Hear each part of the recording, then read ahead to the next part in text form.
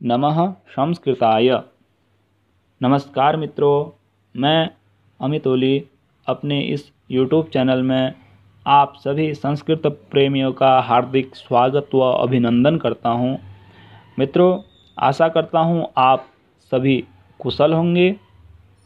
और मित्रों, पूर्व की भांति आज भी मैं एक नवीन विषय लेकर आप सभी के समक्ष प्रस्तुत हूं। आशा करता हूं कि आप इस वीडियो को प्रारंभ से अंत तक अवश्य सुनेंगे। मित्रों, जैसे कि पूर्व में हमने ऋग्वेद के प्रथम खंड पर चर्चा की थी और आज हम यजुर्वेद के प्रथम खंड पर चर्चा करने जा रहे हैं। अभी जो ऋग्वेद का द्वितीय खंड है वह उस पर भी वीडियो बनना अभी शेष है और आज हम यजुर्वेद के प्रथम खंड पर चर्चा कर रहे हैं। जल्द ही हम आपके लिए ऋग्वेद का द्वितीय खंड भी हम रखेंगे। और तो मित्रों, देर न करते हुए अब हम विषय की ओर जाते हैं और यजुर्वेद संहिता पर हम चर्चा करते हैं। मित्रों, प्रतियोगी परीक्षाओं में अधिकांश पूछा यह जाता है कि कर्मकांड वाला वेद कौन सा है। यदि इस प्रकार का प्रश्न आए तो कर्मकांड वाला वेद कौन सा है, तो कर्मकांड वाला वेद यजुर्वेद है। और यजुर्वेद का कभी कभी ऋत्विक भी पूछ लिया जाता है, तो यजुर्वेद का ऋत्विक है अध्वर्यु। और यजुर्वेद के जो मुख्य देवता है कि यजुर्वेद हमें किस देवता से प्राप्त है, तो यजुर्वेद हमें वायु से प्राप्त हुआ है। और यजुर्वेद के जो आचार्य हैं वह है वैशंपायन। मित्रों, इनको जो ये पाठ्य बिंदु थे आप इनको नोट कर लीजिएगा या स्मरण कर लीजिएगा, क्योंकि महत्वपूर्ण पाठ्य बिंदु हैं और इन चारों में से एक ना एक प्रश्न आपसे अवश्य पूछा जाएगा। और मित्रों, फिर हम जानते हैं कि यजुस किसे कहते हैं, यजुस का अर्थ क्या है, तो यजुस के विषय में हम अब जानेंगे। यज्ञादि कर्मों के प्रतिपादक गद्यात्मक मंत्रों को यजुस कहा जाता है। फिर हम यजुस के अर्थ को हम जानेंगे। अनियताक्षरावसानो यजुः, जिसमें अक्षरों की संख्या नियत न हो उसे यजुस कहा जाता है। मित्रों देखो, यजुर्वेद के दो संप्रदाय हैं। अब हम आगे संप्रदाय के विषय में भी चर्चा करेंगे और जानेंगे कि वह दो संप्रदाय कौन से हैं। यजुर्वेद के दो संप्रदाय हैं। प्रथम संप्रदाय है इसका ब्रह्म संप्रदाय। ब्रह्म संप्रदाय से हमें कृष्ण यजुर्वेद प्राप्त होता है। और द्वितीय संप्रदाय जो है वह आदित्य संप्रदाय है। आदित्य संप्रदाय से हमें शुक्ल यजुर्वेद प्राप्त होता है। ये तो आप इसे याद कर लीजिएगा, सामान्य स्वयं की जानकारी के लिए भी यह एक अच्छा बिंदु है।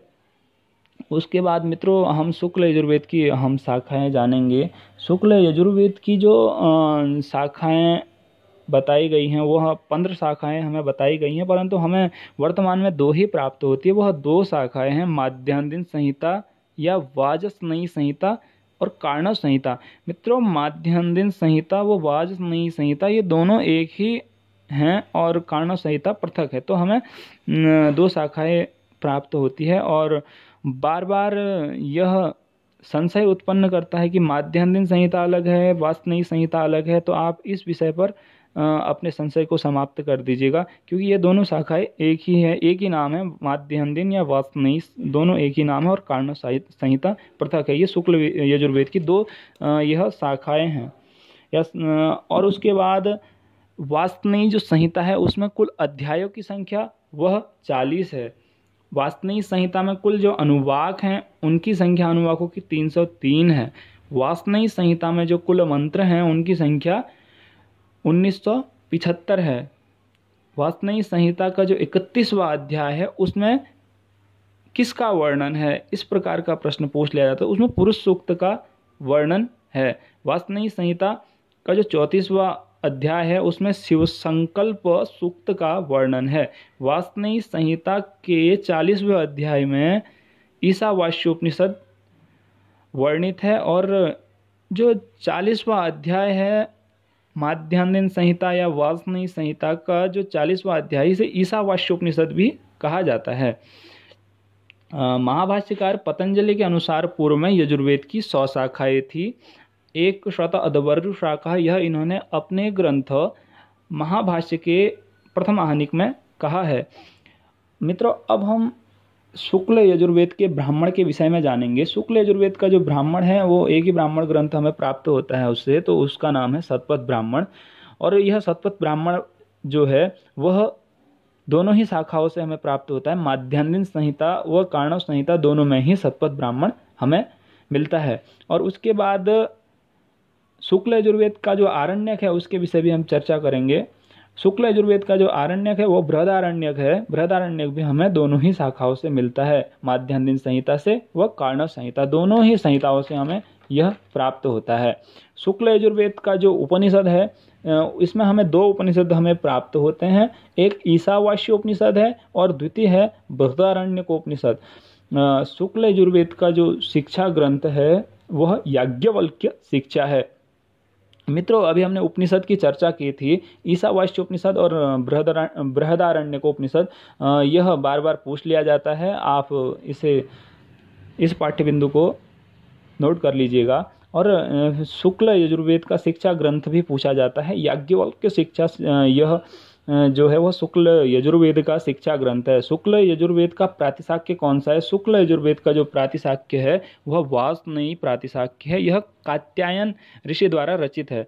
शुक्ल यजुर्वेद का जो गृह्य सूत्र है वह कौन सा है? कात्यायन या पारस्कर गृह्य सूत्र, यह शुक्ल यजुर्वेद के गृह्य सूत्र हैं।